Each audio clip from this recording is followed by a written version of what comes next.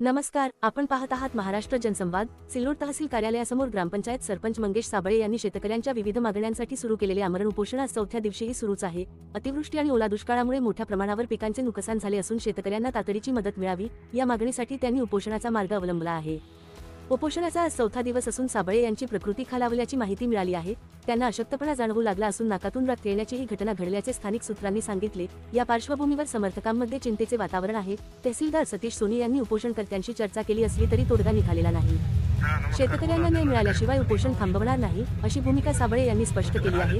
त्यांच्या मागण्यांमध्ये शेतकऱ्यांना तातडीने नुकसान भरपाई देणे, कर्जमाफी करणे, अंतरिम आर्थिक मदत जाहीर करणे, शेतकरी विद्यार्थ्यांच्या शैक्षणिक शुल्काची माफी करणे तसेच इतर सहाय्यकारी योजना तातडीने लागू करणे यांचा समावेश आहे.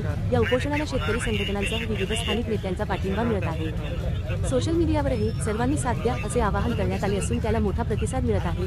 साबळे यांची प्रकृती खालावत असल्यामुळे प्रशासनावर तोडगा काढण्यासाठी दबाव वाढला आहे. पुढील अपडेट पाहण्यासाठी महाराष्ट्र जनसंवादला सबस्क्राईब करा. माझ्या माहितीला या मग तुम्ही दोघं पण